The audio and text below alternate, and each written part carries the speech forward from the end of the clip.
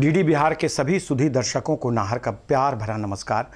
दर्शकों, आप जानते हैं कि हम आपको समय समय पर एक मुलाकात के तहत बिहार ही नहीं, देश ही नहीं, अंतर्राष्ट्रीय स्तर के ऐसे ख्याति नाम लब्ध प्रतिष्ठित लोगों से आपको रूबरू करवाते हैं जिन्हें आप देखकर और सुनकर आपका हृदय इस तरह से पुलकित और गदगद हो जाता है जिससे हमें भी खुशी की अनुभूति होती है। और इसी खुशी की अनुभूति से आप देख रहे होंगे कि आज हम कितने प्रसन्नचित्त हैं, क्योंकि आज एक ऐसे बड़े महापुरुष से हम आपको रूबरू करवाने जा रहे हैं जिनके बारे में अगर हम लगातार भी बोलते रहेंगे तो कम होगा। क्योंकि आप जानते होंगे कि सुदर्शन किसको कहते हैं। सुदर्शन भगवान विष्णु का वो चक्र जिसे हम सुदर्शन चक्र के रूप में जानते हैं। और सुदर्शन का जो हम अर्थ ये समझते हैं कि पाप का नाश, अंधकार को मिटाने वाला सुदर्शन।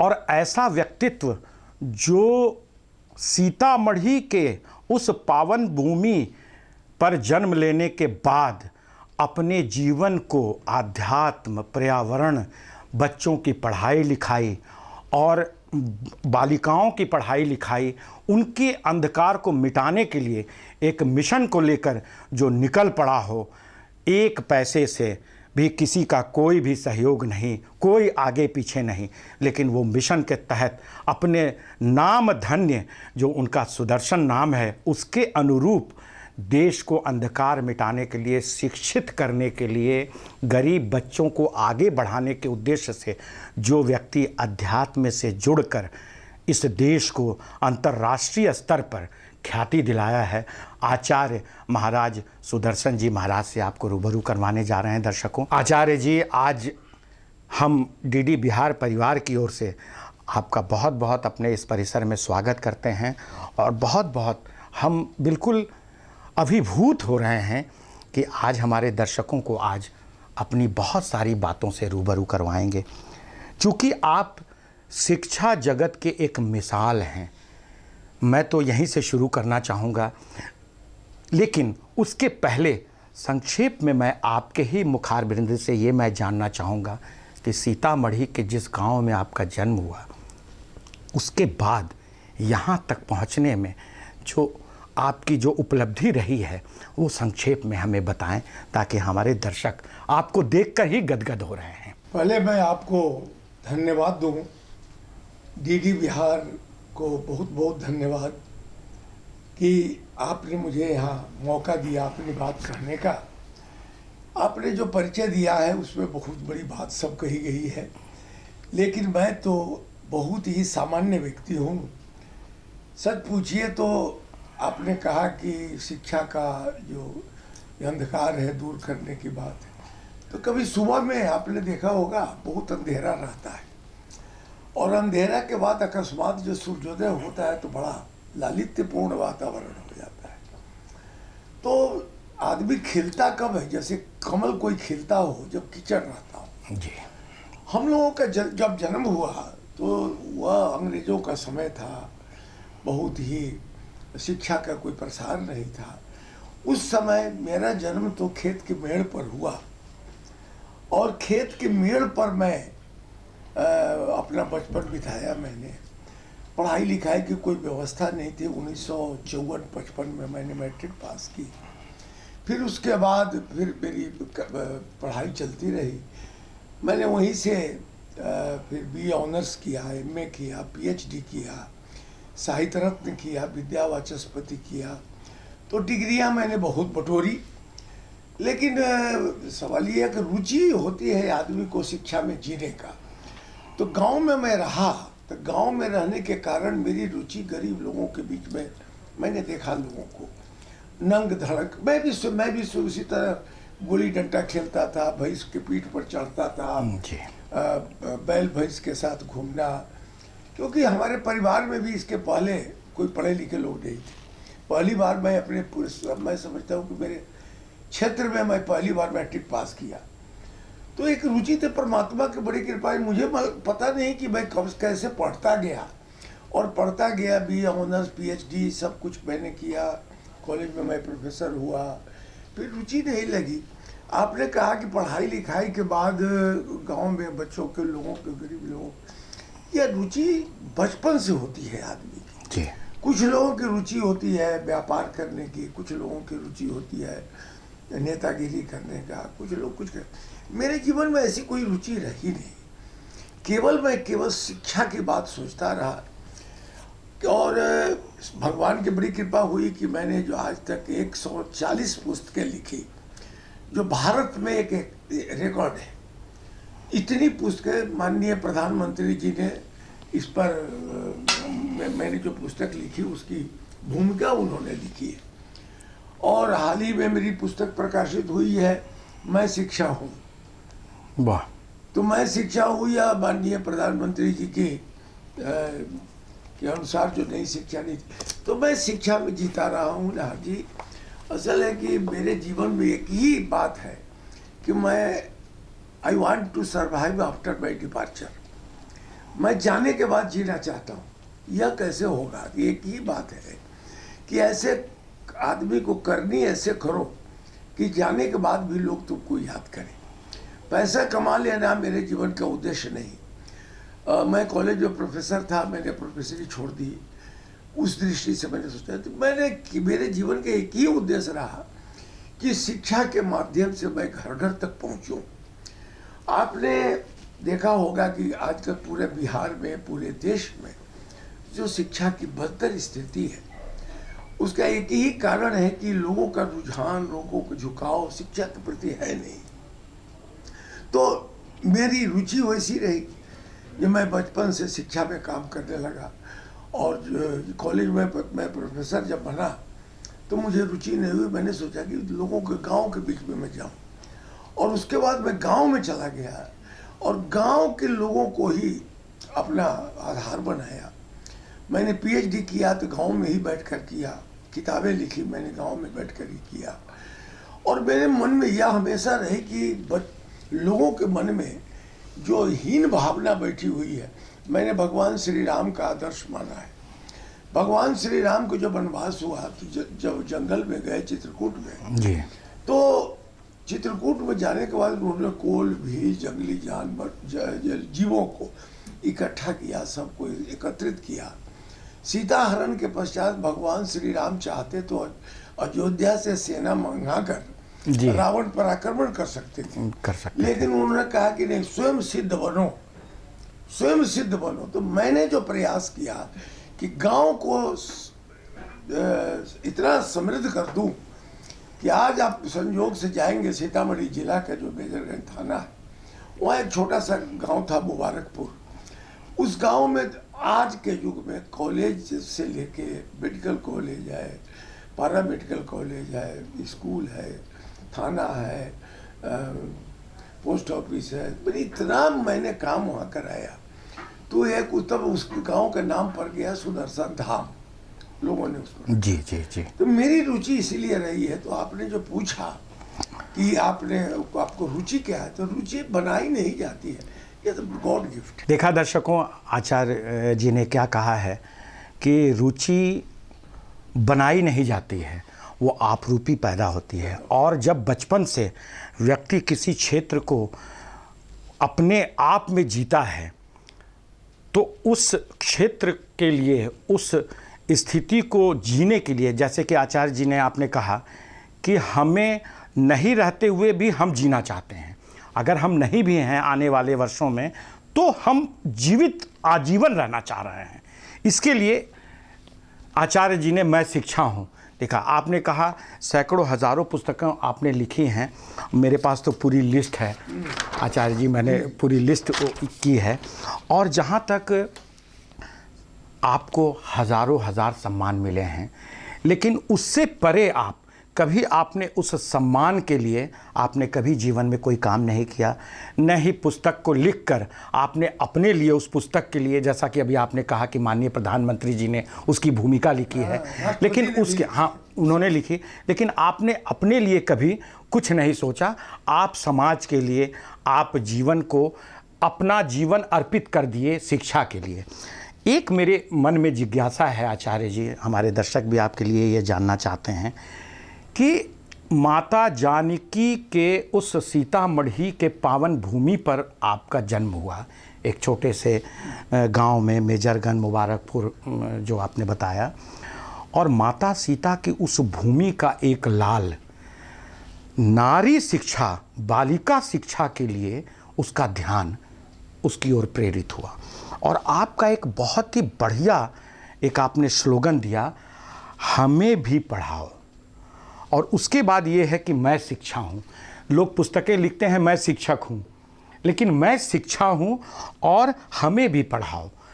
तो बालिका को शिक्षित करने का जो एक उद्देश्य आपके जहन में आया, आपके बारे में तो बहुत सारी कहानियाँ मैंने पढ़ी हैं, सभी लोग जानते हैं कि स्लम के बच्चों को आपने समेटा, सबको कट पेंसिल, किताब, कॉपी, उनका खाना पीना, भोजन, सब कुछ आपने मुहैया करवाया।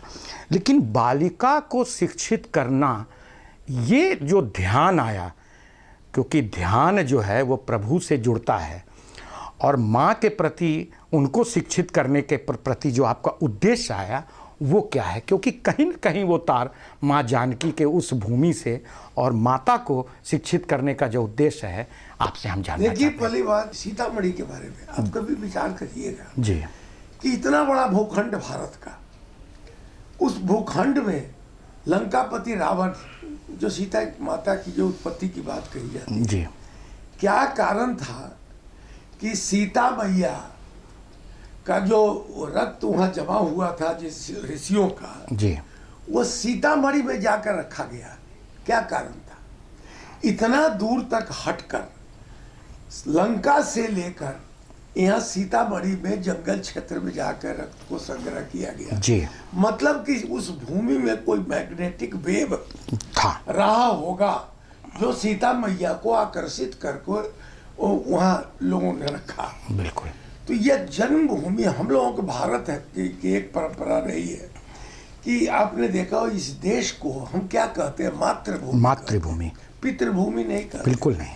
विदेश में लोग कहते हैं पितृभूमि, लेकिन हम लोग कहते हैं मातृभूमि। जी, माँ का स्थान हमारे जीवन में वह, क्योंकि शक्ति है वो।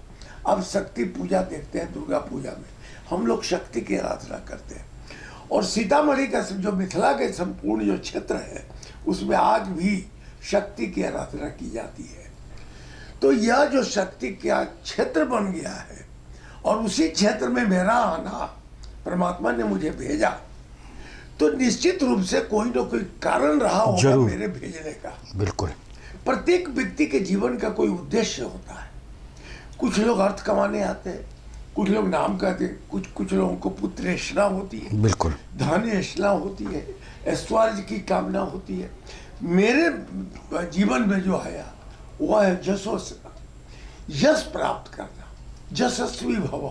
हम लोगों के माता पिता अपने बच्चों को आशीर्वाद देते हैं, यशस्वी भव, जो मतलब कि तुम्हें यश प्राप्त हो। तो हम लोगों के जो संभव है, परमात्मा ने इस कारण से मुझे भेजा हो।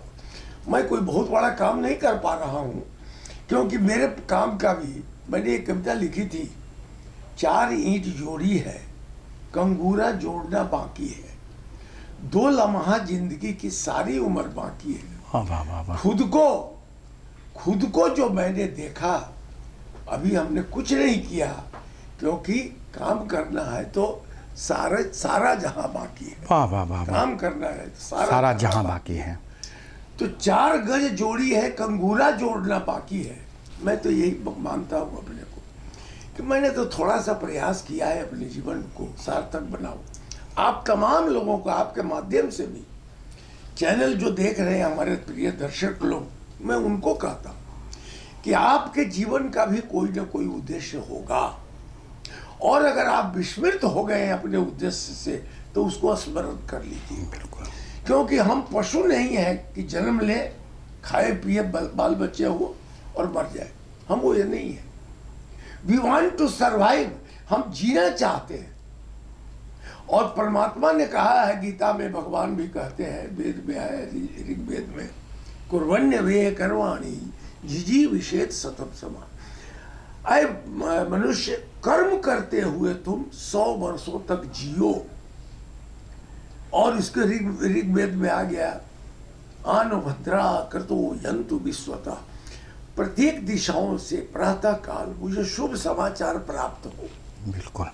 Let the Nobel thoughts come from every corner of the world. यह जो हमारी दृष्टि, आप अपने अस्तित्व को स्वीकार करें। जिस शक्ति की बात आप कर रहे हैं, मातृशक्ति, आप देखिएगा कि बहुत हमारे देश में बालिकाओं को, हम लोग मिथिला के क्षेत्र में जो लोग जाते हैं, बालिकाओं को पैर छू के प्रणाम नहीं करने देते हैं। बिल्कुल। पैर मत छुओ क्योंकि तुम लक्ष्मी हो। हाँ। हमारी दृष्टि में यह दृष्टि है और मातृ स्वरूप है वो। और आपको ही बता दें कि जैसे मान लीजिए कि एक स्त्री का एक नाम धरती भी है। धरती धार्यति स धारती, जो धारण करे। कौन सी धारण करे? तो गर्भ धारण करती है वो, इसलिए वो मातृ रूपा है। वाह। उस शक्ति को आज जो भारत सरकार की तरफ से सब माननीय प्रधानमंत्री जी कहते हैं, नारी को जागृत करो, क्योंकि नारी के बिना समाज अधूरा है। कहावत है, एक व्यक्ति पढ़ता है तो एक व्यक्ति पढ़ के रह जाएगा। एक नारी अगर स्त्री पढ़ लेती है तो एक समाज बन जाता है। बिल्कुल।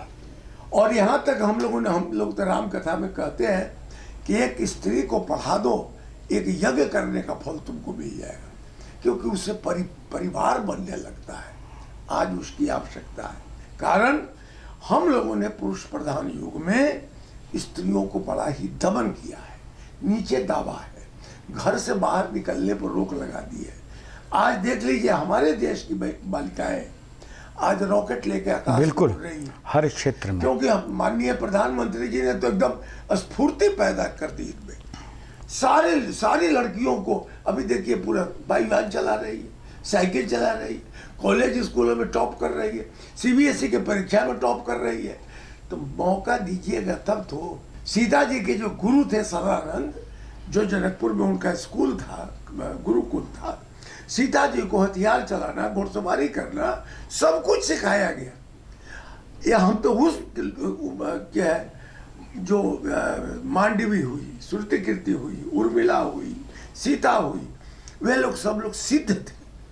उन लोगों को प्रशिक्षण दिया। हमको जरूरत है आज अपनी बेटियों को, छोटा उदाहरण मैं देता हूँ, आप अपनी बेटी को केवल दौड़ने की कला सिखा दीजिए, केवल दौड़ने की कला कर दी। अगर ओलंपिक में वो दौड़ने पहुंच गई तो करोड़ों रुपया एक बार उसको मिलता है।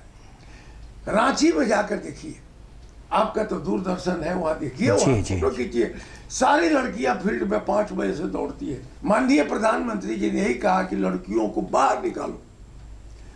एक नई शिक्षा नीति जो मैं किताब लिख रहा था, ये मेरी किताब केवल मेरे नाम से प्रकाशित है, सारी की सारी मैटर माननीय प्रधानमंत्री जी का है इसमें। मोदी जी ने क्या क्या नई शिक्षा के बारे में कहा है, उसको मैंने इसमें संग्रह किया है। इन्होंने कहा, पहली बात माननीय प्रधानमंत्री जी ने कहा कि बच्चों को अगर पढ़ाना हो तो bring out the student from the classroom. आज तक हम बच्चों को क्लासरूम में बैठा कर पढ़ाते रहे, आज लड़कियों को बाहर दौड़ने के लिए बोल रहे हैं। कहते हैं, इस किताब में मैंने उसका प्रधानमंत्री जी से लिया है, उन्होंने कहा कि लड़कियों को बाहर फील्ड में भेजो उनको। आज हमारे घर के आप जाइएगा, सभी लोग, जितने दर्शक लोग, अपनी बेटी से पूछिए, 8वां 9वां 10वां की लड़की होगी, वो से कुछ लड़की जवाब देती, दही कैसे जमती है नहीं मालूम, कॉफी और चाय में क्या अंतर है नहीं मालूम, दाल में तड़का कैसे लगता है नहीं मालूम। ये तमाम चीज के लिए मोदी जी ने कहा कि बच्चियों को प्रैक्टिकल एजुकेशन कराओ, शिक्षा दो, उसको जीने का, खाने का, रहने का, बैठने का। आज हम लोग परेशान हैं, हम लड़कियों को तो घर से बाहर नहीं निकलने देते हैं। ऐसी परिस्थिति में लड़कियां कैसे कुछ दुनिया को सीखेंगी? खिड़की को खोल दीजिए, पूरा खिड़की को खोल दीजिए, लड़कियों को दौड़ने दीजिए मैदान में। मुझे लगता है कि जैसे आपने उन गरीब बच्चों को जो आपने पढ़ाना शुरू किया, उनको पेंसिल कॉपी दिया, तो क्या आध्यात्म के प्रति जो आपकी रुचि हुई, अभिरुचि, और आज के डेट में आप पूरे देश विदेश का भ्रमण करते हैं और अपने आध्यात्मिक जो चिंतन आपने किया है, स्वतः आत्मचिंतन, उससे जब आप लोगों को बताते हैं तो आपके पीछे एक हुजूम दौड़ता है। तो ये जो आध्यात्म है, लोग कहते हैं कि भाई आध्यात्मिक गुरु हैं, इनका पता नहीं किस तरह की सोच है, क्या करते हैं। तो आध्यात्म का क्या कोई वैज्ञानिक दृष्टिकोण भी है, या आपने उस जो अबोध बच्चे हैं जो गलत दिशा में बह रहे हैं, दिशा विहीन हो रहे हैं, क्या उनमें आपने भगवान को देखा, उनमें आपने प्रभु राम को देखा, कृष्ण को देखा? तो ये आध्यात्म और शिक्षा, इसको आप किस दृष्टिकोण से नापते हैं? पहली बात मैं आपको बता दूं कि शिक्षा और अध्यात्म दोनों अलग अलग चीज नहीं है जी। पिछले 60 वर्षों से मैं शिक्षा में हूँ। 1960 में मैंने अपनी पढ़ाई पूरी की और 60 से लेके आज तक मैं शिक्षा में काम कर रहा हूँ। तो शिक्षा को और अध्यात्म को, शिक्षा जब कई लोग पूछते हैं मुझसे, या आप एक वरिष्ठ शिक्षक रहे हैं, अध्यात्म में कैसे आ गए? मेरा केवल इतना ही कहना है कि जब शिक्षा पक जाती है तो स्वतः अध्यात्म बन जाती है। वाह। दूसरी बात, नारी के बारे में जो आपने कहा, हम तो उस देश के वासी हैं, यत्र नार्यस्तु पूज्यन्ते रमन्ते तत्र देवता। बिल्कुल। तो आपने नवरात्रा की बात कही है, हम केवल नवरात्रा में पूजा नहीं करते। जी जी। हम तो प्रतिदिन नारी की पूजा करते हैं। निश्चित। जब सोकर उठते हैं तो अपनी माँ का चरण स्पर्श करके आशीर्वाद लेके ही हम अपने संसार में प्रवेश करते हैं। बिल्कुल। जब से हम लोगों के देश में पाश्चात्य सभ्यता का प्रभाव पड़ा, आपने देखा होगा कि प्राचीन काल में महाराज दशरथ अपनी रानियों को जो बुलाते थे तो वो कहते थे कि महारानी जी इधर आइएगा, और माता कौशल्या कहती थी महाराज जरा इधर आवे। आजकल हम लोगों ने सब कुछ छोड़ दिया। तो हमारी दृष्टि यह है कि प्रत्येक व्यक्ति में जीवात्मा परमात्मा है। हम बच्चियों में इतना भाव भरे कि तुम दूसरी चीज नहीं हो, जो आजकल गंदी नजरों से जी जी जी। हाँ, तुम वो नहीं हो, तुम मात्र शक्ति हो, दिव्य शक्ति हो। और दिव्यम देहि में शक्ति, दिव्यम देहि शांति में, यह शक्ति हो तुम। आचार्य जी, आज डीडी बिहार परिवार की ओर से आपका हृदय से आभार प्रकट करता हूं। आपने अपना इतना कीमती वक्त दिया हमारे लिए, हमारे दर्शकों के लिए। और दर्शकों, आपने देखा कि किस तरह से आचार्य जी ने आपको ये बताया कि हमें हारना नहीं है, हम अपने स्वाभिमान को कभी भी नीचे नहीं गिरने दें। अभिमान नहीं होना चाहिए, लेकिन व्यक्ति को स्वाभिमानी बनना है, और अभी उड़ान बाकी है। हम कभी थक हार के बैठे नहीं, हमेशा ऊंची छलांग लगाने की कोशिश में निरंतर प्रयासरत रहें, तभी हमारा देश विश्व गुरु बनेगा। महाराज जी, आपको बहुत बहुत हृदय से आपको धन्यवाद, आपको बहुत बहुत प्रणाम आपको। तो दर्शकों, आपने देखा कि आज इतने बड़े महापुरुष से आपकी मुलाकात हुई और आपने उनकी बातों से बहुत कुछ आपने सीखा होगा।